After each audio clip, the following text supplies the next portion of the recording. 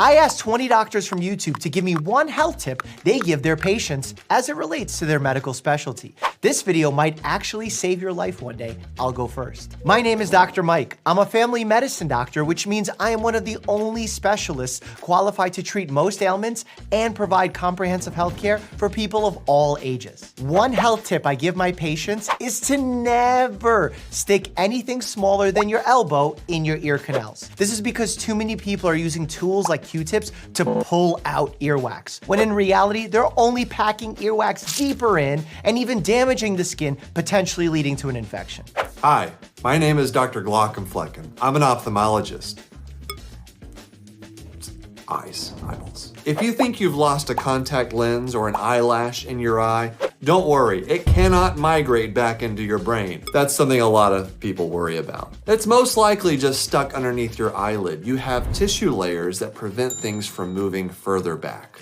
Hello, my name's Ed Hope. I'm an NHS doctor working over in the UK in the emergency department, or as you may know it as the emergency room. It's super useful for us if you ever end up in the emergency department if you bring a list of your medication and any diagnosis you have and the dates of any significant illness or operations, and be prepared for a long wait, so it's always good to have your phone charger too.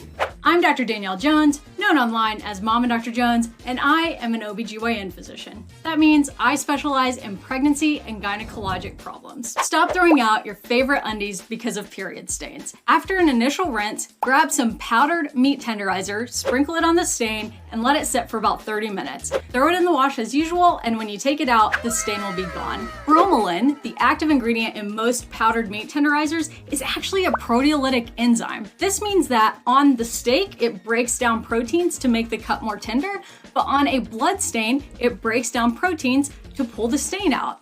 It sounds like magic, but it's actually science. Hi everybody, I'm Dr. Winters, also known as the Dentist on social media, and I am actually a dentist who specialized further to become an orthodontist, and we deal with moving teeth with braces and aligners. Little hack for you, because you've probably been brushing your teeth wrong your entire life. Most people brush their teeth completely flat, side to side like that. What you actually want to do is angle it up at a 45-degree angle and get up underneath the gum tissue as well as the tooth, because some of your teeth hides up underneath the gum tissue and you never clean it. So turn that 45-degree angle, brush your teeth for 2 minutes, and your teeth will be cleaner than they've ever been in your entire life.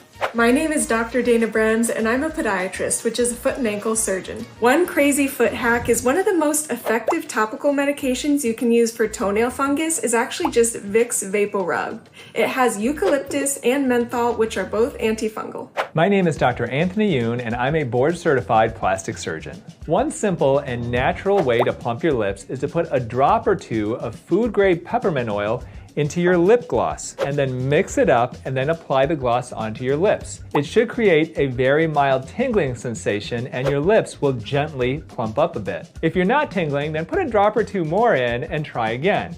But if your lips start to burn, then wipe it off, throw it away, and start over again with less peppermint oil. Hey, my name is Dr. Alok Patel. I'm a pediatrician, specifically a pediatric hospitalist. So I take care of babies, kids, and teens who have been hospitalized for a variety of different reasons. Suck up some snot. For real, it's not that gross. Babies and toddlers tend to have runny noses, a lot of mucus during cold and flu season, which lasts forever, and you can help them out with a nasal aspirator or a nasal suctioning device. It clears their nose, helps them sleep better, eat better, improves their mood, and potentially prevents a problem from getting worse. It's also kind of satisfying.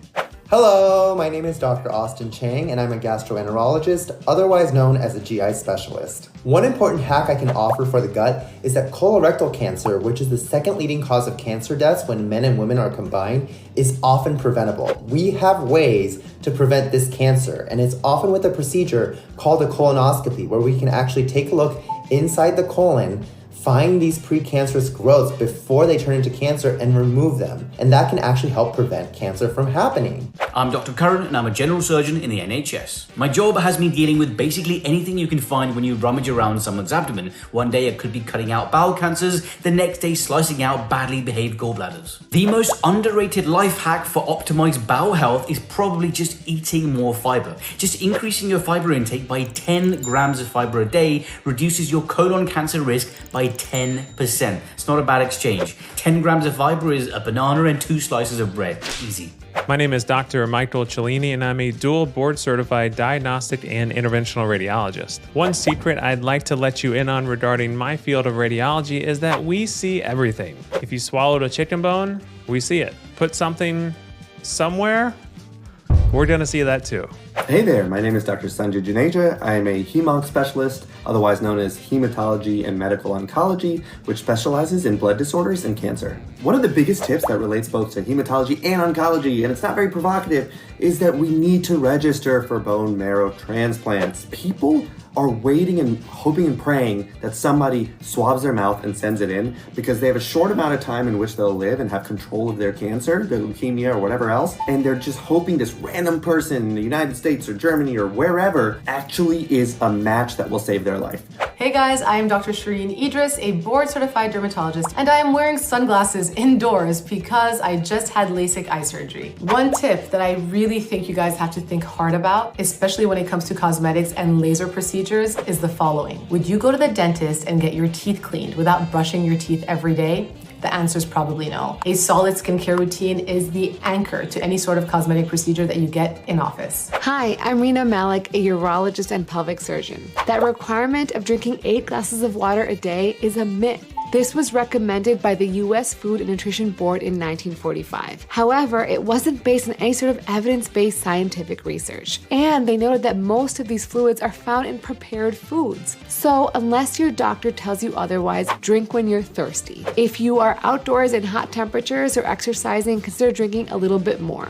The trick is to look at your urine. If it's a light yellow color like lemonade, that means you're drinking enough. If it's any darker than that, consider drinking a bit more. Hello, my name is Rohin. I'm a consultant interventional cardiologist from the UK. Every adult should know their blood pressure and their resting heart rate. I'm not saying you should check it obsessively, but I think they can be really useful sources of encouragement if you're embarking on an exercise program. You can track both of them getting better, particularly your resting heart rate coming down in just a few weeks. And that's important because the more you can lower your resting heart rate through exercise, the longer you live. They actually correlate with one another. So if you can, get out there and exercise regularly. My name is Dr. John Patton, Doc JP3, and I'm a board-certified anesthesiologist and a regional anesthesia and acute pain medicine specialist. This tip goes out to all my pregnant patients out there. At the end of the day, it's totally your choice if you want to have epidural as part of your labor plan. But if you do, it can be very difficult to place an epidural in someone who's in labor. You have the baby who's kicking and punching and ready to come out. You have your uterus that's contracting and doing its thing. Then you have mom who's screaming oftentimes, "Where's the anesthesiologist? Get them in the room now. I'm ready for my epidural." And for us, really getting into that position that we need you to get in to allow us to place that epidural and get you more comfortable is extremely, extremely important. We need you to have your head down, your shoulders down, all right? You're gonna be forming the letter C. You're curving your back out towards the anesthesiologist, like almost like, you know, a shrimp or an angry cat. That really allows for those spaces back there between the spinous processes to open up so that we can get that epidural needle in and place that catheter into the epidural space so we can start giving you the medication and getting you comfortable. Hi, my name is Dr. Antonio Webb. I'm a board-certified orthopedic spine surgeon here in San Antonio, Texas. I know a lot of people have back pain. One tip is to keep your weight down. The more weight that you have being applied to the cushions or to the disc in the spine can lead to degeneration, and that can cause back pain. It's said that each additional pound of extra weight leads to 4 additional pounds of pressure across your disc. So if you have 200 extra pounds of weight, you have about 800 extra pounds of force that is being applied to your spine that can wear down your spine, the disc, cause arthritis, degeneration, and lead to pain. Hi, my name is Dr. Brian Suter, and I'm a non-surgical sports medicine doctor who focuses on treating orthopedic and musculoskeletal injuries in athletes. If you have a new injury like a sprained ankle where there's a lot of swelling, a good way to help reduce the pain and inflammation is through the use of ice. A great way to do this is to actually take a bag of frozen vegetables like peas or corn, and use that to help ice the area. You can throw it back in the freezer when you're done, and it helps to really conform to the joint you're trying to ice. Just don't eat it afterwards. Hi everybody, this is Dr. Jessie Gold. I'm a psychiatrist, which means I look at the brain-body connection, or really, I'm a feelings specialist. The tip that I would give is the tip I give myself, which is take time to ask yourself how you're doing. And don't just do it occasionally, do it every day. It's really important that we give ourselves time to recognize our own feelings and emotions and not judge them. Feelings are not good or bad, they're just feelings, and we need to give ourselves space to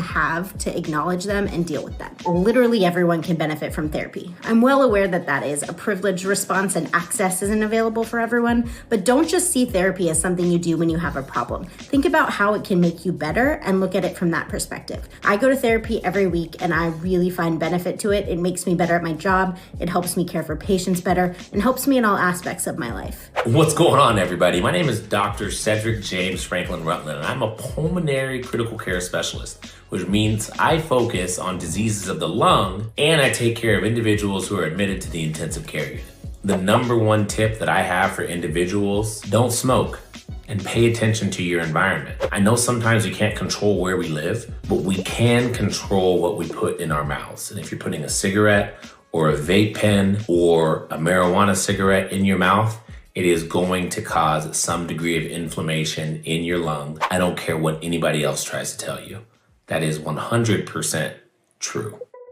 Click here to learn how I gained 10 million subscribers and maybe pick up some YouTube tips for yourself. Huge thank you to all the doctors who helped me make this video. Their channels are linked down below. As always, stay happy and healthy.